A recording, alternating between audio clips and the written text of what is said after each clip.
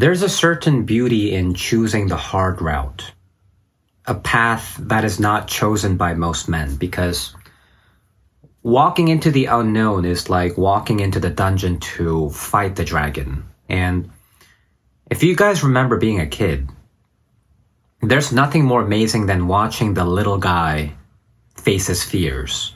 And I think as grown men, we still enjoy rooting for the underdog who steps up to the challenge, even though there's a big chance that he would probably lose.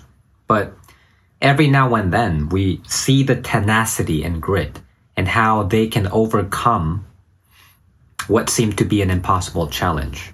So that gives us a kind of hope and catharsis, right?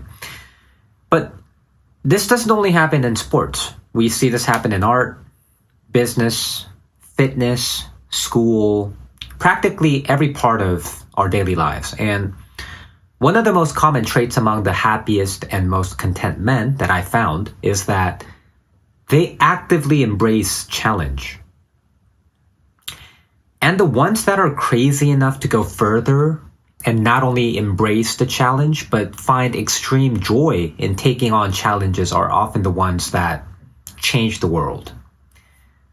But this tendency to seek out challenges is inherent in the human mind and in the animal mind as well. So whether this comes from millennia of biological evolution or by divine design, there's no doubt that we are destined to constantly seek out and challenge ourselves. Just like Adam and Eve, who walked out of the eternal paradise by defying God and taking a bite out of the forbidden apple. Just like Pandora, who opened the box filled with grief, sorrow, miseries, and hardships. So human life is supposed to be filled with pain and suffering. Okay then, that begs the question. How can we bear and cope with all of this suffering and pain in the world, right? Well, that's easy. We learn to enjoy them. We learn to embrace them. All right then, how can we enjoy pain and embrace suffering? That doesn't seem logical, right? Well, that's the thing.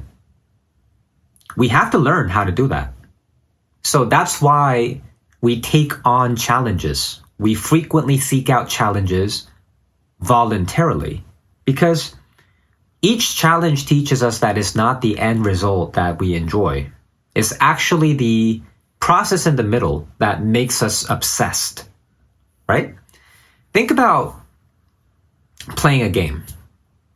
Instead of grinding for rare items and leveling up your character, imagine using a cheat code to instantly make your character powerful. Your character becomes so powerful that it can one-shot bosses. It can one-shot every single monster in the game. Everything becomes too easy, right? Would you still continue to play that game? Or would you move on to a different one where you can start from scratch and grind from the beginning? Another example is if you have just started working out, you might be fixated on the body transformation on a day-to-day basis. But if you've been doing this for 10 plus years, you start to experiment with new exercises, routines, and diet, right? It's no longer about the gains anymore. It's more about experimentation, knowledge, and lifestyle. So, like it or not, we as human beings are not supposed to dwell in comfort. We're not supposed to be complacent. We're designed to constantly challenge ourselves because that's what gives our lives meaning in a world full of pain and suffering. And that's the only thing that really teaches us to enjoy being human. Just like Nietzsche said, that which does not kill us makes us stronger. So,